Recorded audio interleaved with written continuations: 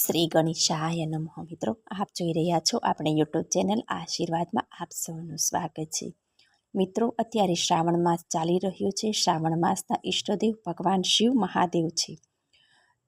તો આજે આપણે આ વિડીયોમાં સાંભળીશું શિવ મહાપુરાણ કથા, કે જે શિવ મહાપુરાણના પઠન, મનન અને ચિંતનથી અતિ દુર્લભ ફળની પ્રાપ્તિ થાય છે. ધર્મ, અર્થ, કામ અને મોક્ષની પ્રાપ્તિ થાય છે.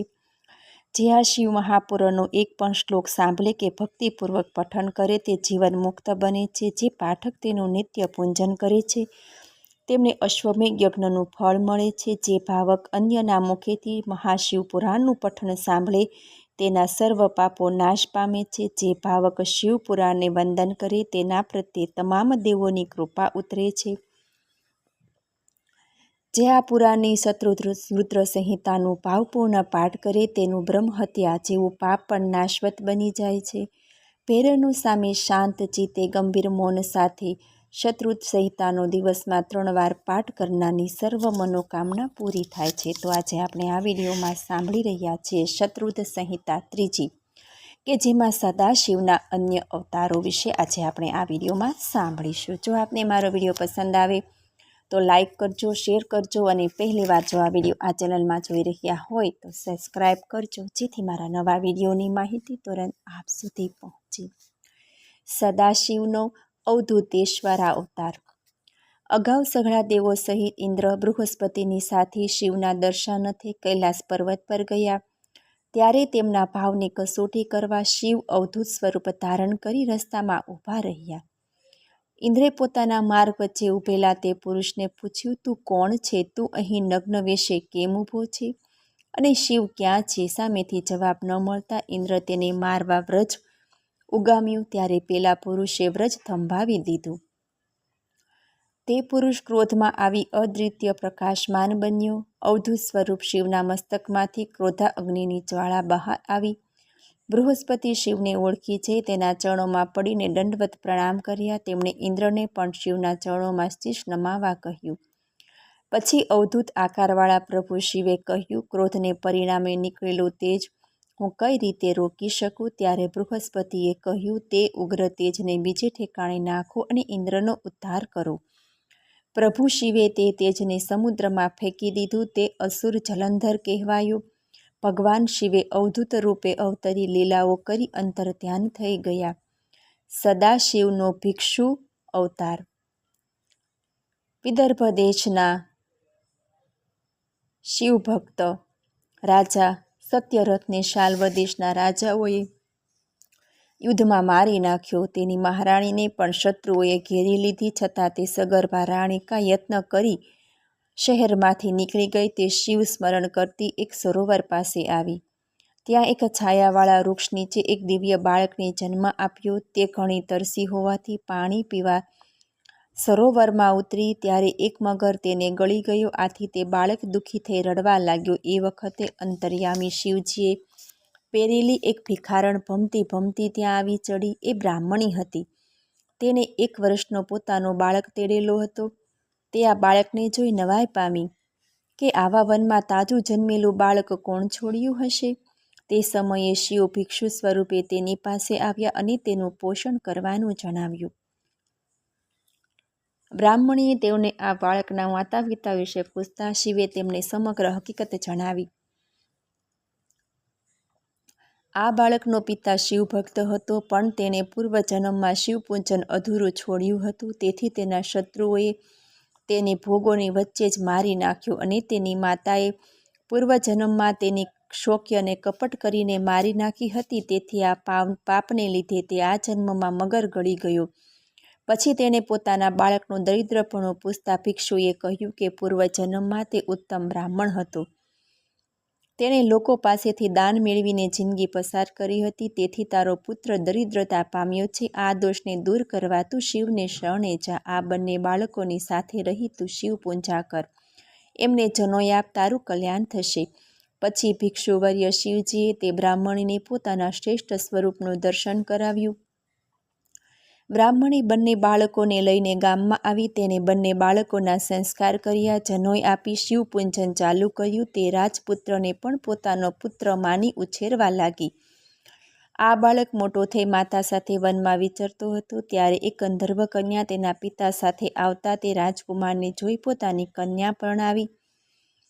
તેને પરણી તે નિષ્કંટક રાજ કરવા લાગ્યો. તેણે પાલક માતા બ્રાહ્મણીને રાજમાતા તરીકે સ્થાપી અને તેના પુત્રને પોતાનો ભાઈ બનાવ્યો. આમ ભોળાનાથનું પૂજન કરી તે ધર્મગુપ્ત નામના રાજાએ વિદર્ભ દેશમાં રાણી સાથે ભોગો ભોગવ્યા. ભગવાન સદાશિવનો સુરેશ્વર અવતાર. અગાઉ વ્યાઘ્રપદ મુનિનો પુત્ર ઉપમન્યુ મામાને ઘેર રહેતો હતો. યાદપુત્રનો પુત્ર દેવયોગે દરિદ્ર હતો. એકવાર તેને મામાને ઘેર થોડું દૂધ મળતા તેને માતા પાસે વધારે દૂધની માંગણી કરી. માતાએ ઘરમાં દૂધ ન હોવાથી ધાન્યના કણને પીલીને પાણીમાં ઉકાળી દૂધ જેવું પ્રવાહી કરી ઉપમન્યુને આપ્યું. ઉપમન્યુ તે પિતા આ દૂધ નથી એમ કહી રડવા લાગ્યો. ત્યારે માતાએ કહ્યું, બેટા, શિવકૃપા હોય ને તો જ દૂધ મળે. માતાનું વચન સાંભળી ઉપમન્યુએ કહ્યું, હે માતા, સદાશિવ કયા ઠેકાણે છે? હું તે દૂધ દેનારને હું વશ કરીશ.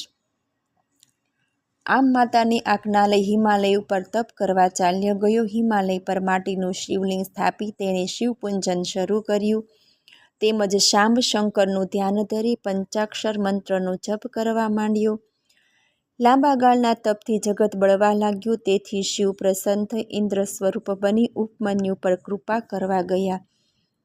ત્યારે ઉપમન્યુને લાગ્યું કે ઇન્દ્ર મારા ધર્મમાં વિઘ્ન કરવા આવ્યા છે. તેથી તેણે ઇન્દ્રને ઉદ્દેશીને કહ્યું, હું તો પ્રભુ શિવ પાસે જ વરદાન માંગીશ. મારી દૂધની ઈચ્છા બાજુ પર રહી, પણ ભોળાનાથના અસ્ત્ર વડે તારો નાશ કરી હું મારા શરીરનો ત્યાગ કરીશ. આમ કહી તેણે દૂધની ઈચ્છા છોડી અગ્નિમાંથી ભસ્મ લઈ મંત્ર વડે અગ્નિને ઉદ્દેશી ગજના કરતા ફેંકી એને પોતાનો દેહ બાળી નાખવા તૈયાર થયો. ઇન્દ્ર સ્વરૂપે રહેલા ભોળાનાથે અગ્નિ ધારણાને પોતાના તપોબળથી અટકાવી પોતાનું મૂળ સ્વરૂપ ધારણ કર્યું. ભોળાનાથે તેને દૂધ દહીંના 1000 સમુદ્ર બતાવ્યા તેમજ ખાવાલાયક ખોરાકોનો સમુદ્ર પણ દેખાડ્યો અને કહ્યું, આ બધું તને હું પ્રેમથી આપું છું. તારા કુટુંબ સાથે સર્વકાળે પોતાની ઈચ્છા મુજબ ભક્ષ ભોગો. મેં તને આજે પુત્ર તરીકે સ્વીકાર્યો છે. તેથી તારું કુમારપદ સનાતન થાવું. હું તને અમરપણું તથા ગણપતિ પદ આપું છું. દિવ્ય જ્ઞાની થા. આમ શિવે તે સુરેશ્વર અવતારમાં સૌને સુખ શાંતિ આપ્યા. ભગવાન સદાશિવનો બ્રહ્મચારી અવતાર. અગાઉ દક્ષ કન્યા સતીના પિતાએ યજ્ઞમાં અનાદાર કર્યો. ત્યારે તેમણે દેહનો ત્યાગ કરી મેના સમુદ્રના પુત્રી પાર્વતી તરીકે અવતર્યા. તેમણે શિવજીને મેળવવા પ્રગાઢ વનમાં 2 સખીઓની સાથે રહી તપ આદર્યું. સદાશિવે તેમના તપની કસોટી કરવા સપ્ત ઋષિઓને મોકલ્યા, પણ તેઓ કસોટી કરવામાં અસમર્થ નીવડ્યા. અંતે શિવજીએ પોતે બ્રહ્મચારી સ્વરૂપ લઈ પાર્વતીના સ્થાને આવ્યા અને તેની આગળ શિવજીની નિંદા કરવા લાગ્યા. શિવજીની નિંદા સાંભળી દેવી પાર્વતી ક્રોધે ભરાયા અને તેની સખીને કહેવા લાગ્યા, શિવ નિંદા કરનારને મારી નાખવો જોઈએ, પણ આ તો બ્રાહ્મણ છે, તેથી તેનો ત્યાગ કરવો જોઈએ. આપણે અહીંથી જતા રહેવું જોઈએ. આમ કહી દેવીએ જવા માટે પોતાના પગ ઉપાડ્યા કે શિવજીએ તેમનું વસ્ત્ર પકડી અસ્ત્ર સ્વરૂપ ધારણ કર્યું ને કહી, દેવી, મેં તમારી કસોટી કરવા આ બ્રહ્મચારી સ્વરૂપ ધારણ કર્યું હતું. હું તમારી પર પ્રસન્ન થયો છું. ત્યારે માતા પાર્વતીએ કહ્યું, હે દેવ, આપ જો મારા પર પ્રસન્ન થયા હો તો મારા પતિ થાઓ. ત્યારે શિવજીએ તથાસ્તુ કહી ત્યાંથી કૈલાસે ગયા. ભગવાન સદાશિવનો સુનર્તક નટ અવતાર. હિમાલયના દીકરી પાર્વતી સદાશિવની પ્રાપ્તિ માટે વનમાં તપ કરતા હતા. ત્યારે તેમના તપથી પ્રસન્ન થઈ ભોળાનાથે તેને વરદાન માગવા કહ્યું. ત્યારે દેવીએ કહ્યું, તમે મારા પતિ થાવ અને મારે ઘેર આવી મારા હાથની માંગણી કરો, એવું કહ્યું. પ્રભુ શંકરે તથાસ્તુ કહી અદૃશ્ય થયા. દેવી પાર્વતી સખીઓ સાથે પિતાને ઘેર આવ્યા અને માતા પિતાને સઘળી હકીકત જણાવી. માતા પિતાએ મોટો ઉત્સવ કર્યો. એ વખતે હિમાલય ગંગા સ્નાન કરવા માટે ગયા અને મેના દીકરી સાથે નિવાસમાં પ્રાંગણે બેઠા હતા. તે સમયે શિવજી સુનર્તક નટ બની મેના પાસે આવ્યા. તેઓ ડાબા હાથમાં શિંગડું અને જમણા હાથમાં ડમરું લઈ અનેક જાતની લીલાઓ કરવા લાગ્યા. તેમને જોવા લોકો ઉમટી પડ્યા. મીનાએ તેમને રત્નો આપ્યા, પણ નટે તેનો સ્વીકાર ન કરતા દેવી પાર્વતીના હાથની માંગણી કરી. ત્યારે મીના ખૂબ જ ક્રોધિત બની ભિક્ષુકનો તિરસ્કાર કરી બહાર કાઢવાની આજ્ઞા આપી. પરંતુ ભિક્ષુકને બહાર કાઢવા કોઈ પણ સમર્થ ન હતું. એ સમયે હિમાલયે ત્યાં આવી તેમણે વિષ્ણુ, બ્રહ્મા તેમજ રુદ્ર સ્વરૂપે જોયા. ભિક્ષુએ હિમાલય પાસે શિવાના હાથની માંગણી કરી. તે પછી દુર્ગા પાર્વતીના વાક્યથી પેરાયેલા તે ભિક્ષુ સ્વરૂપ પ્રભુ ત્યાંથી અંતર ધ્યાન થયા. મેના અને હિમાલયને ભાન થયું કે પ્રભુ શિવજી તેમને નટ સ્વરૂપે આવી છેતરી ગયા.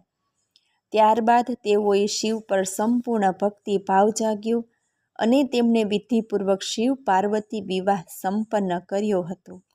ભગવાન સદાશિવનો સાધુવેશ બ્રાહ્મણ અવતાર. મેના અને હિમાલયની ભોળાનાથ પરની અપૂર્વ ભક્તિ જોઈ દેવો ચિંતામાં પડ્યા. તેઓને થયું કે જો તેઓ શિવાનું કન્યાદાન કરશે તો મોક્ષ પામશે, તો પૃથ્વી રત્નગર્ભા નામે જ કહેવાશે, તે ખોટું થશે. હિમાલય શંકરને કન્યાદાન કરી પોતાનું સ્થાવર સ્વરૂપ છોડી દિવ્ય સ્વરૂપ ધારણ કરી શિવલોકમાં જશે. આ રીતે વિચારી બધા દેવો પ્રથમ બૃહસ્પતિના નિવાસે જઈ હિમાલય આગળ શિવ નિંદા કરવાનું કહ્યું, પરંતુ ગુરુએ કહ્યું, હું અસમર્થ છું. તેથી દેવોએ બ્રહ્માની સામે જઈ સઘળી હકીકત જણાવી. બ્રહ્માજીએ તેમને શિવજી પાસે જવા કહ્યું. બધાએ શિવજી પાસે સઘળું વૃત્તાંત જણાવ્યું. ભોળાનાથે તેમને પ્રસન્ન કરી પોતે દંડ તથા છત્ર ધારણ કરી હાથમાં સ્ફટિકની માળા, ગળામાં શાલિગ્રામ ધરી વિષ્ણુનું નામ લેતા લેતા સાધુ વેશે હિમાલય પાસે ગયા અને તેની આગળ શિવજીની નિંદા કરવા લાગ્યા.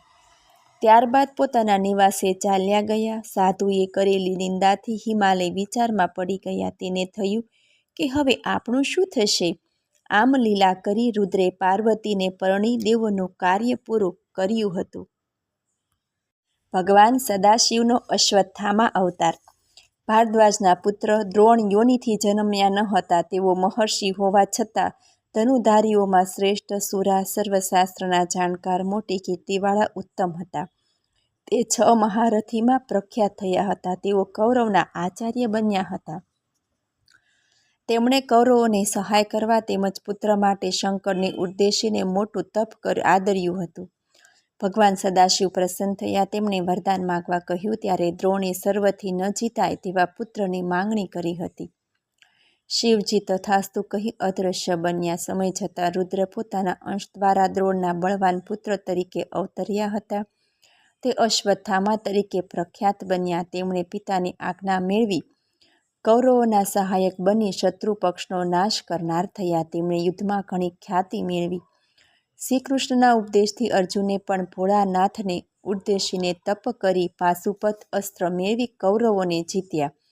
અશ્વત્થામાએ પાંડુપુત્રોનો નાશ કરતા ઉગ્ર બનેલા પાંડવો તેમને ખોળવા લાગ્યા. તે દરમિયાન અશ્વત્થામાએ અર્જુન પર બ્રહ્માસ્ત્ર છોડતા શ્રીકૃષ્ણની સલાહ પ્રમાણે અર્જુને બચાવમાં પાશુપતાસ્ત્ર છોડ્યું. આથી બ્રહ્માસ્ત્ર શાંત થયું. એ વખતે દ્રોણપુત્ર અશ્વત્થામાએ ઉત્તરાના ગર્ભમાં રહેલા બાળકનો નાશ કરવા માટે બ્રહ્માસ્ત્ર છોડ્યું. ત્યારે શ્રીકૃષ્ણે શિવની સ્તુતિ કરી સુદર્શનથી ઉત્તરાનું રક્ષણ કર્યું. શ્રીકૃષ્ણ ભોળાનાથની આજ્ઞાથી ગર્ભને પોતાના રૂપે કર્યો. ત્યારે અશ્વત્થામા ઉદાર બન્યા.